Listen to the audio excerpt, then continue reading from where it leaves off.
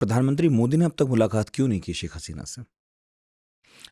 Simple diplomatic तरीका होता है। हम्म, अगर वो प्रधानमंत्री होती और मान लीजिए कि किसी के यहाँ शादी में आई होती, 1 मिनट के लिए मान लिया जाए, तो जरूरी नहीं है कि हमारा प्राइम मिनिस्टर भी जाके वहाँ मिलेगा या हमारा प्राइम मिनिस्टर कभी जाए तो कोई आए। वैसे क्योंकि ये तय नहीं था क्यों आएंगी। तय नहीं है, सर्कमस्टांसेस बिल्कुल अलग थे। बात वैसे नहीं है। कई बार क्या होता है कि आप मिल नहीं सकते पर्सनली।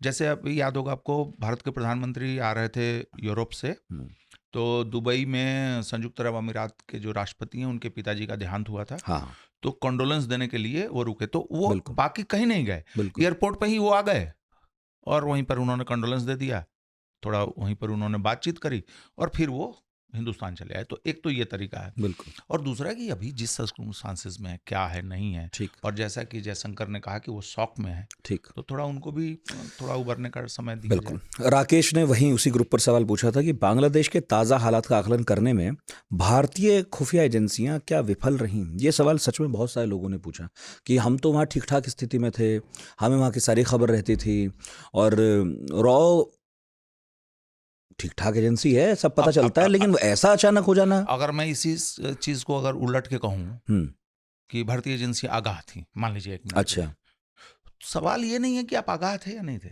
आप कर क्या सकते थे। आप मुझे बताइए, आप आगाह भी थे, आपने इनको ज्यादा से ज्यादा आपने इनको बता दिया होगा कि कि ऐसा होगा। भाई देखिए आप सावधान रहिए, लेकिन आपके पास उससे ज्यादा आप क्या कर सकते थे? मिलिट्री भेज देते, जैसा 2009 में कोशिश थी कि भेज देंगे, इवैक्यूएट वैसे करने के उसकी लिए। जरूरत पड़ी नहीं, नहीं, उन्होंने खुद ही भिजवा दिया। अफगानिस्तान में भी हुआ। अफगानिस्तान में हुआ था हाँ जब नजीबुल्लाह को जब तालिबान हाँ का शासन आया बिल्कुल था, बिल्कुल तो उनको निकालने की बात हो गई थी। बिल्कुल लेकिन तब तक क्या हुआ था कि रशीद दोस्तम जो थे, जिनके कब्जे में एयरपोर्ट था, उन्होंने पाला बदल लिया, बिल्कुल। तो जहाज उतरे नहीं। तो फिर कहानी खराब हो गई। और तो मुझे लगता है कि प्राइम मिनिस्टर मिलेंगे या नहीं मिलेंगे ये बात की बात है, लेकिन निश्चित रूप से संदेश तो पहुंचा ही दिया होगा भाई। अब आपके राष्ट्रीय सुरक्षा सलाहकार जा रहे हैं, मिल रहे हैं, हाँ वो भी मिल ही रहे हैं, सही और बात जहाँ है। पे सेफ हाउस है, क्या वहाँ पे हमारे ऑफिसर्स और बाकी लोग नहीं हाँ हैं? मुलाकात होती है, तो फोन भी हो जाते होंगे, उनके साथ उनकी बहन आई मीडिया में हैं, भली बात ना है। उनके साथ उनकी बहन आई हैं और लोग आए होंगे, क्या हमारी इंटेलिजेंस ने और हमारे विदेश विभाग ने जो है ब्रीफिंग सही, नहीं ली होगी? ये सारी चीज़ें होंगी। अब जरूरी थोड़ी है कि सब कुछ हम लोगों को पता चले। ठीक है। पॉडकास्ट के आखिरी हिस्से में है, एक दो सवाल जल्दी से पूछूंगा। हालांकि विक्रमजीत, आर के मार्को, सरबजीत इन्होंने भी सवाल पूछे थे, मगर उन पर आपने जवाब दे ही दिए, वो बातें हो गई ऑलरेडी।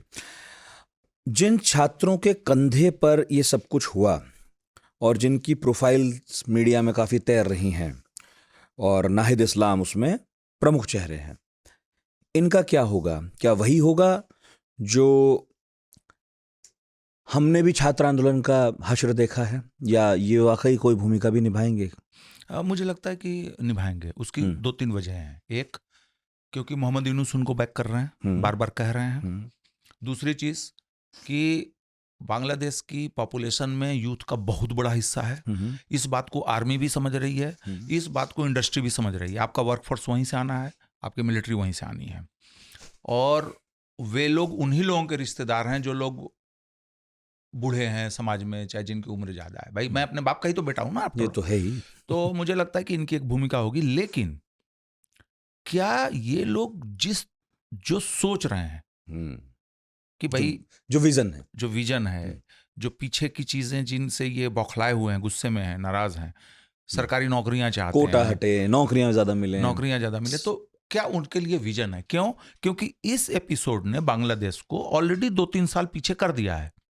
कोरोना और यूक्रेन के वार से इनको बड़ी चोट पहुंची थी। हालांकि उसके बावजूद भी 3.5% जो है ग्रोथ इन्होंने ले लिया था 2021 में। बट द थिंग इज कि अब तो इंडिया भी सोचेगा क्या करना है, नहीं करना है। अब जैसे फॉर एग्जांपल अदानी वाला मसला हुआ था, ये बिजली बेचने का करार है, तो हुआ कि भाई इतनी बिजली आप देंगे, तो बीच में कोयले के दाम को लेकर तनातनी हो गई। तो एक अच्छा रिश्ता है तो तनातनी भी आप एमिकेबली सॉल्व कर सकते हैं, लेकिन जब एक दूसरे पर डाउट रहेगा तो आप कैसे करेंगे? सही। और चीन इस बात को तो वेट करेगा ना कि चाहे यूथ ये छात्र नेतृत्व में आए, चाहे बीएनपी आए, चाहे कोई आए, मोहम्मद यूनुस आए, आप यूनाइटेड स्टेट्स के इंटरेस्ट को कितना जो है प्रमोट कर रहे हो या बैलेंस बना के चल रहे हो, इस पर निर्भर करेगा चीन का रुख। तो ये जो यूथ है इनको बहुत सावधानी से कदम बढ़ाना पड़ेगा।